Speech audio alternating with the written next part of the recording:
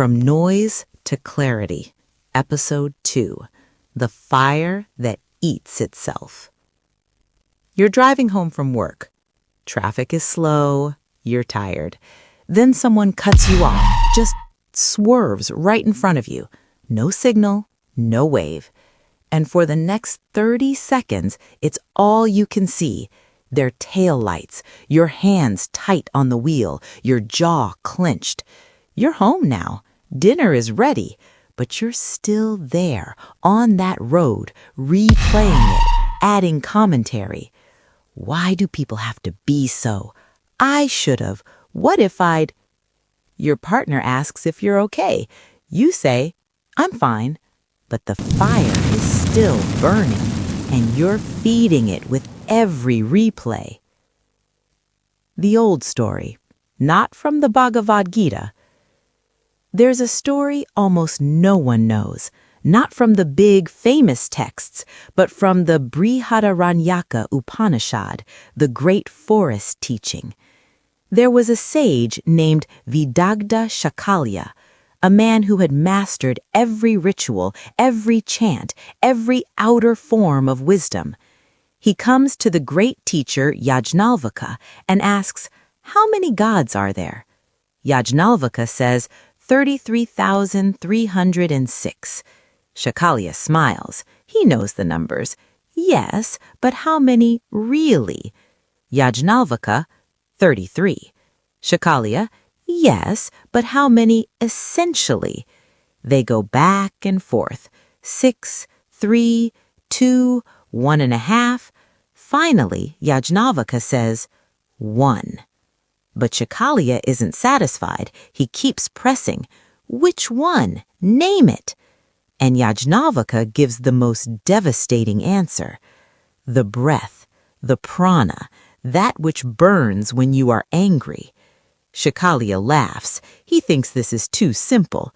Even dogs have breath, even ants. Is that your great wisdom? And Yajnavalkya looks at him and says, whose breath do you think the dogs have?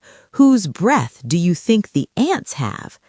Shakalya's mind breaks, not with anger, but with realization. He literally falls apart, dies on the spot, because he understood the fire that burns in you when you're angry is the same fire that keeps every living thing alive.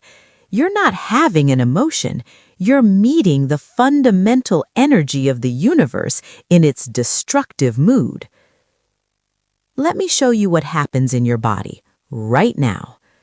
There's a tiny part of your brain called the amygdala. It's not smart. It doesn't think. It's basically a smoke detector. Its only job, is this a threat to survival? When someone cuts you off in traffic, your amygdala smells smoke.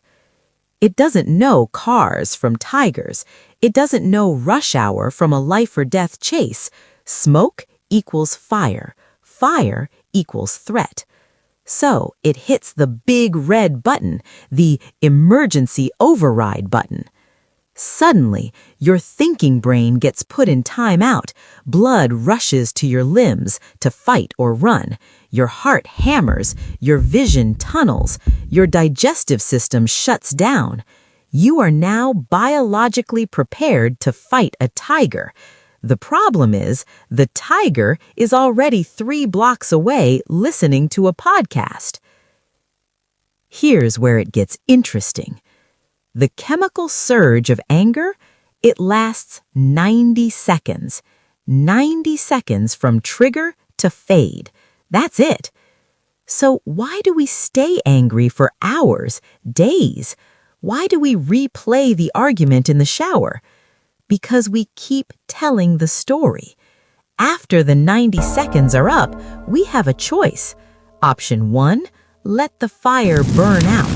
Option 2, gather more wood.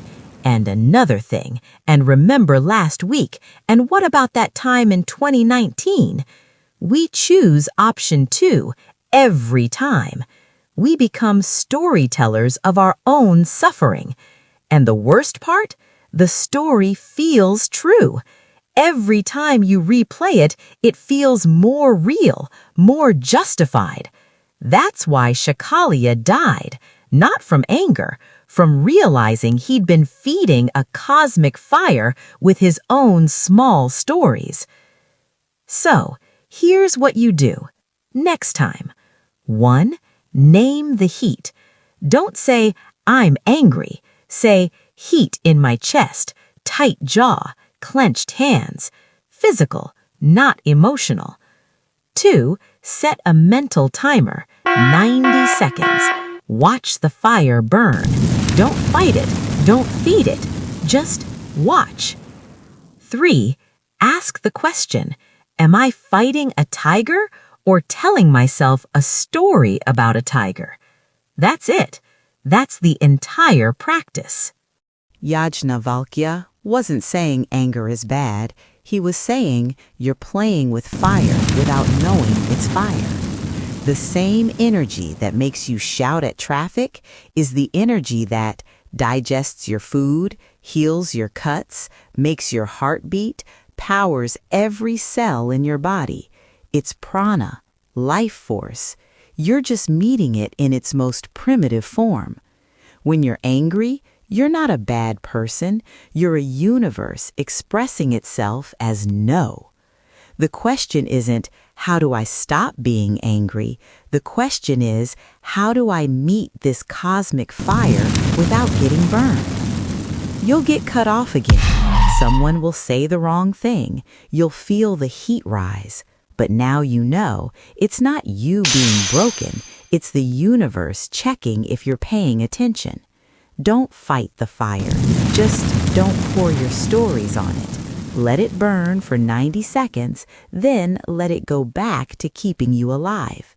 Next time, the quiet tragedy of holding on, when letting go feels like dying, and why it's the only thing that lets you truly live. Until then, just watch the fire, and remember, it's the same fire that lights the stars.